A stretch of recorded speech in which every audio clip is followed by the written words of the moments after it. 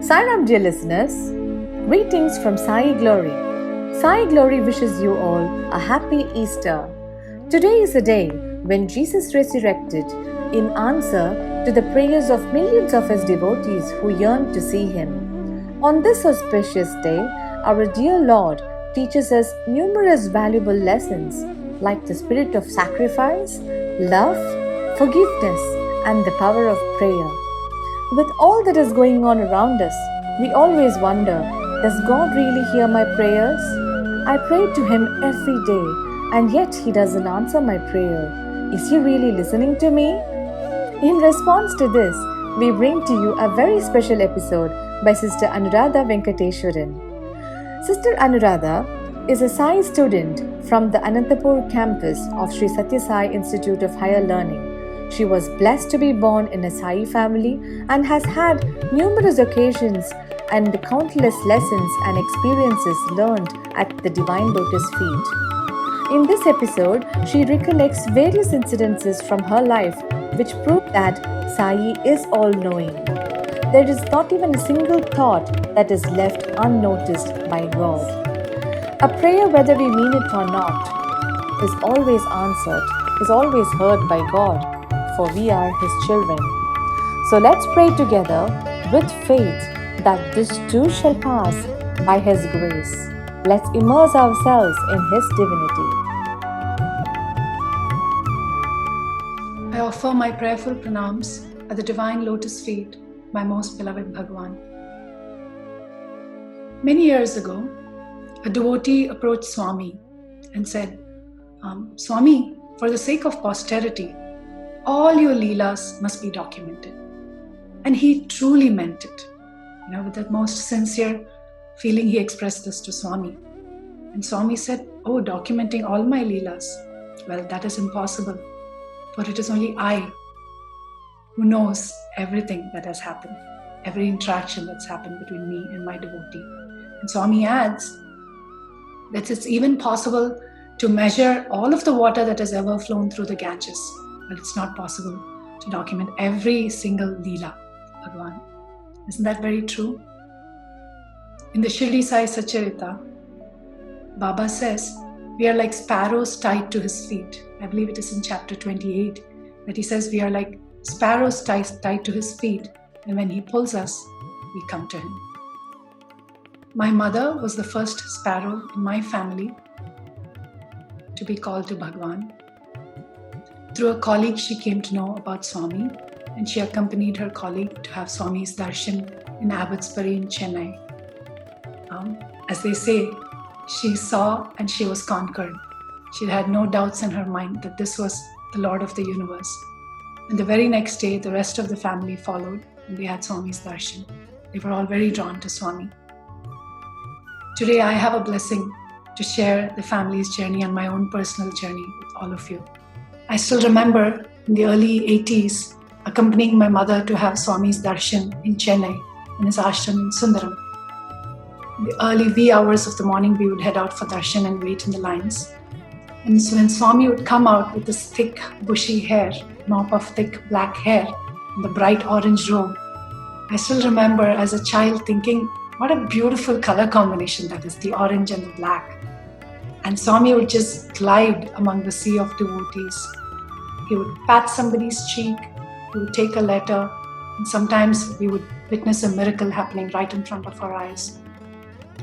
Pull someone's cheek, and my favorite part was Swami picking up the toffees and making it rain candy. As a child, that was my most favorite part. Fast forward several years, when I was a teenager is when my first personal connection with Swami happened. This was in the early 90s. I accompanied my mother to Prashanti Nilayam for Prashanti Seva.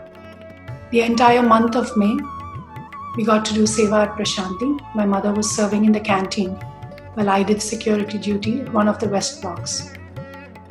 During that time, I got to interact with a lot of girl students who had come to give their entrance examination to join Swami's Anantapur campus. And talking to them and hearing their experiences and their desire, I too had a desire to become Swami's student. I thought I'd have many opportunities to be close to Swami, physically close to Swami. And unbeknownst to my mother, I had written a letter expressing my desire to Swami. And I was hoping that when we go to have Swami's darshan the next time, I could give that letter to Swami. It was a tradition in those days that after you do Prashanti Seva, the Sevadals would get an opportunity to have darshan of Swami. We'd be seated in separate rows, and sometimes Swami would come and bless us with Vibhuti Prasadam, and if you're fortunate, he would also give Pada Namaskar. Since Swami was in Vrindavan ashram at that time, after our seva was completed in Prashanti, we were taken in buses to have Swami's darshan in Vrindavan. And there I was waiting with my letter, and I happened to be in one of the front rows. But moments before darshan, the auntie who was in charge of the sevadals asked me to shift to the back because I was still a pre-sevadal, a youth member at that time. She said, let one of the aunties have this opportunity.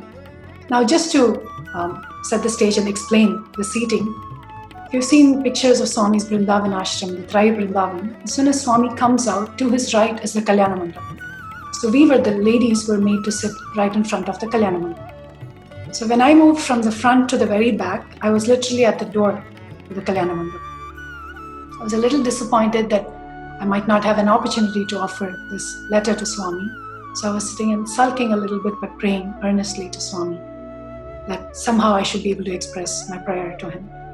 When Swami came out for darshan, he looked towards our group, he raised his hand in Abhaya Hasta, he blessed and he said, wait, went around to give darshan. This was before Sai Ramesh Hall was ever built. So Swami gave his regular darshans and he entered the boys' hostel, which is to the right of the Kalyana Mandap. And it was several minutes past and we were wondering what is going on. All of a sudden, the door behind me opened and Swami was standing right there.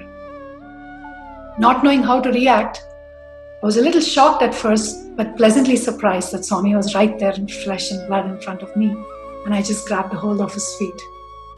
So what had happened was, Swami entered the boys' hostel, he was checking into some arrangements in the kitchen, and he also wanted to check some arrangements that were being made in the Kalyana Mandap. So he entered from the back of the building, and so now when he exited the building, I happened to be right in front of him. So from first to last, back to first.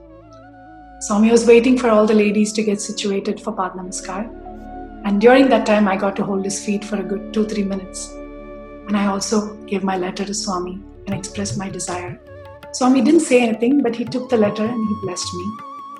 I got the coveted Pada Namaskar. And this actually left me, this was one of the very first defining moments I had with Swami. And it taught me a very important lesson, that no matter what happens, no matter if the world turns its back on you, He's always got your back. So this is a lesson that I cherish very much. As I had expressed my desire, I wrote my entrance examination to join the undergrad program.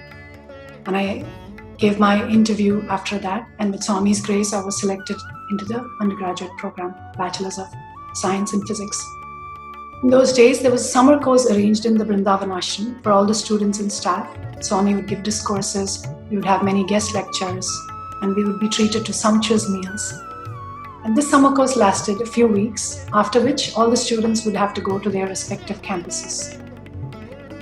Being very attached to my parents, I was starting to get very homesick because this was my first experience being away from home, staying in any kind of hostel atmosphere, and as many of you would know, it is pretty strict in Swami's hostel. You have to wake up early, there's a bell that is rung, you have to wake up early, shower, get ready for Suprabhatam, do your prayers. It was a very different routine for me. And I was starting to get very homesick.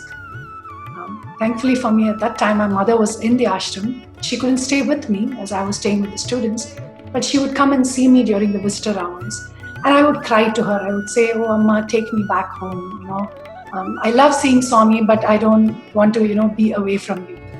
So my mother kept saying, stop saying Amma, Amma, call to Swami. Swami is your divine parent and he has the love of 1,000 mothers. He can give you so much more love than I ever can. And in passing, she made this statement. She said, Anu, I'm your mother. I definitely do love you. But I can respond to you only if I'm within hearing distance. Think about it. If somebody is in the next room, if you're calling to them and it's a soundproof room, they cannot hear you and they cannot respond to you. So that did make sense, but I was trying to fight back and say, no, you should take me back. And so she said, no, whenever you think of me, call on Swami, say Sai Ma, respond to my prayers. I brushed it off. That afternoon, Swami sent word that he was going to distribute saris to the women students and staff. But he said, typically he would go around in the rows and distribute saris. This time he said, I'm very busy. I have a lot of dignitaries visiting to have interviews with me. So come to the Trai lawns in Trai and I will distribute the saris standing up, and you collect your sari and you go, come in your batches in your respective groups. I'll give you the sari and you take the sari and go. Here I was homesick and I thought, man, there goes my chance to have Pada Namaskar.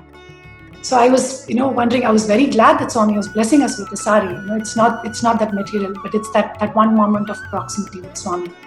But somehow I kept thinking, how can I not get this opportunity for Pada Namaskar, especially when Swami is sending me away to the hostel Anantapur, which is several miles away. So my turn is about to come, maybe 3 or 4 girls waiting in line before me. And I came up with what I, at that time, in all naivety, thought was a perfect plan.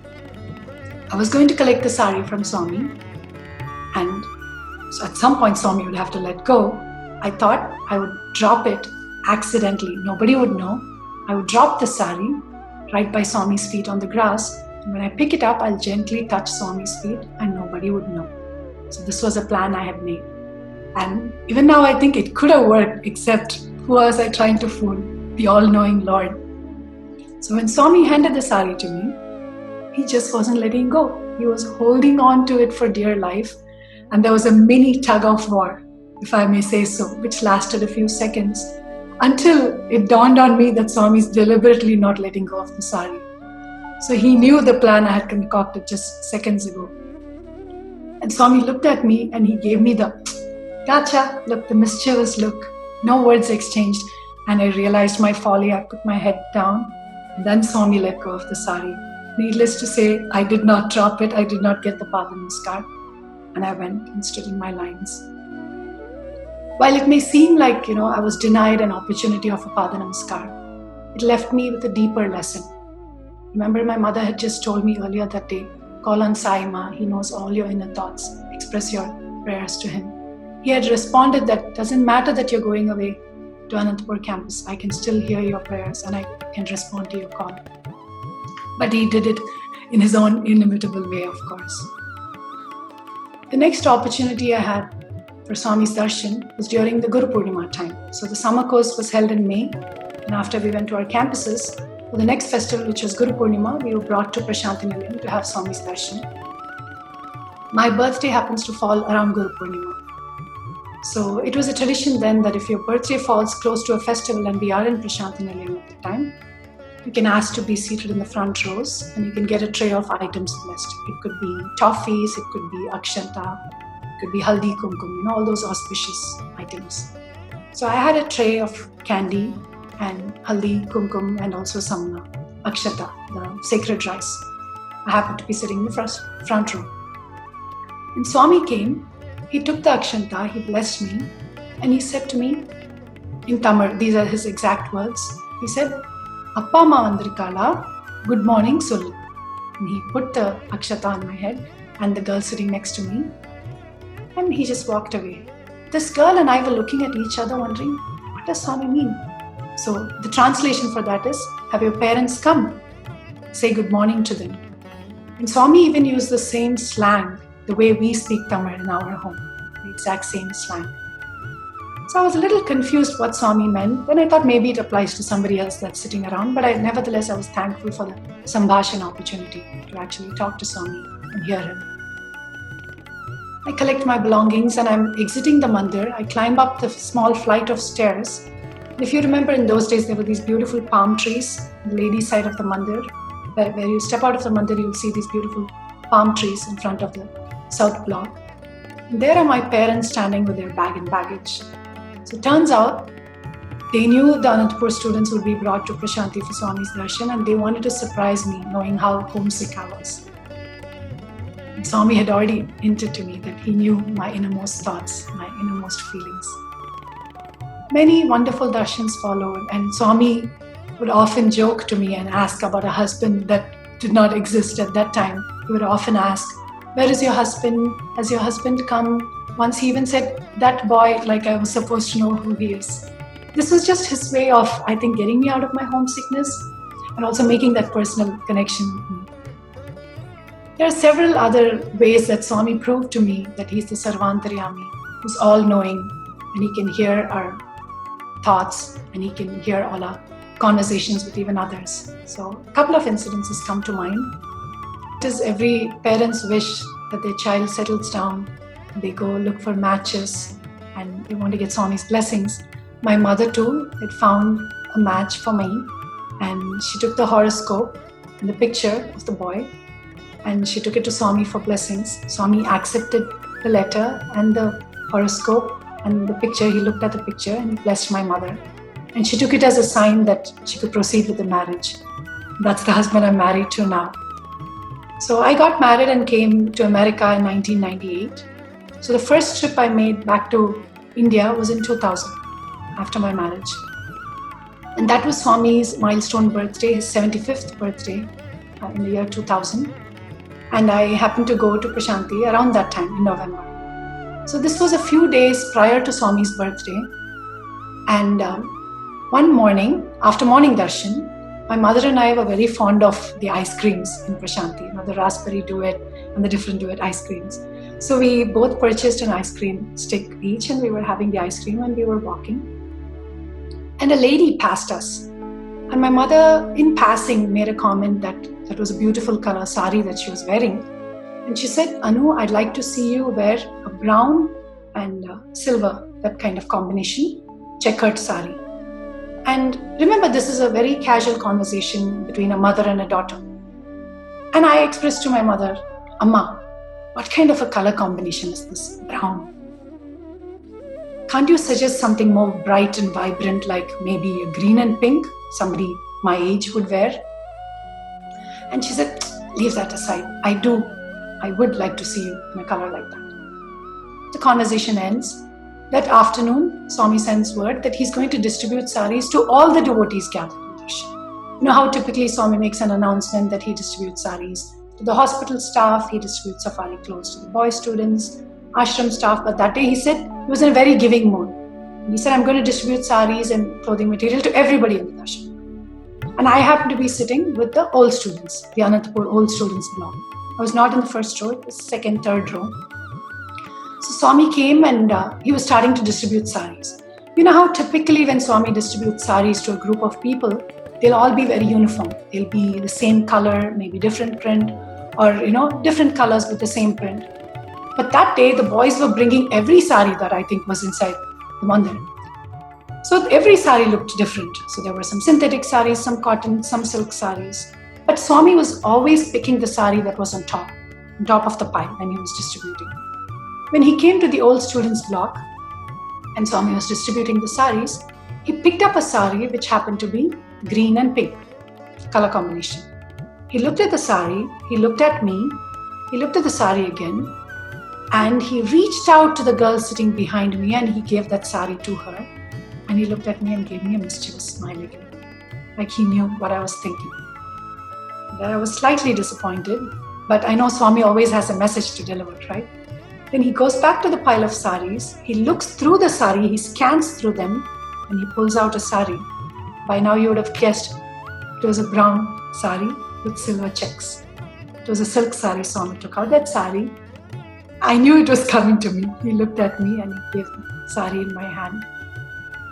Not only was he proving that he could read my thoughts and even the conversations that my mother and I had had in private, in passing, but he was also giving me a message that soon you are going to be a mother and you respect your mother, so your children will respect you. Even if it's the smallest desire the mother expresses, you listen to it and you obey her. So this was a message he left me with that experience. Another experience I wish to share, which involves my father. This was during the time when I was doing security duty as a former student of Anantapur campus. I had graduated from portals of the institute and I was working in Chennai at that time. So I had taken some time off from work to go and do security seva. So what this is you're just doing crowd control duty. You're managing the crowds and you're making sure people don't just grab Swami's feet, and you're just controlling the crowd. We're given a particular color scarf. It's a light yellow scarf. We wear that, sit in the front rows like Sevadal and control the crowds. So before I was headed to Prashanti, my father mentioned in passing that he had met a numerologist who had suggested that we change the spelling of some of the family members. For instance, my father's name is Narayana Swami. He had suggested to shorten it. So my father started going by S.N. Swami. And my brother's name is Ishwar. So the numerologist suggested it ends with W-A-R. Maybe you can add a couple of letters. So from Ishwar, it was made Ishwaran. So this numerologist had suggested to my father that the number of letters in my name added up to 8. And he had told him that 8 is not a lucky number, and to add another letter here or there, maybe add 2 U's or add 2 A's. So when my father mentioned that, I said, what's in a name? What's in a spelling? Regardless, I'm going to have Swami's darshan. If there is anything at all, Swami knows. When Swami's anugraha is there, the navagrahas cannot affect me. It was just a dialogue I was giving out. I don't know if I even truly meant it. But the things we say in passing, Swami is listening to every little thing. So I came and I was doing my duty in Prashantanalayam. So typically when you're doing seva, you cannot ask Swami for your any personal favors. Like you cannot offer a letter, or you cannot ask Swami for vibhuti or cure, anything like that. You're just doing your duty. So when I was sitting there for darshan, Swami came towards our block and he looked at the lady who was sitting next to me and he said in Telugu to her, "Evaru chepparu 8 lucky number ledani, 8 lucky number 8. He said that assertively. And he was looking at the lady, he briefly looked at me and he moved on. Now this lady is a Tamilian like me, and she asked me, what did Swami say? She was visiting from America, so she asked me, what did Swami say? And I am explaining to her, I'm translating what Swami said. So Swami had said, who said that 8 is not a lucky number? 8 is a lucky number. 8 is a lucky number. And he moved on.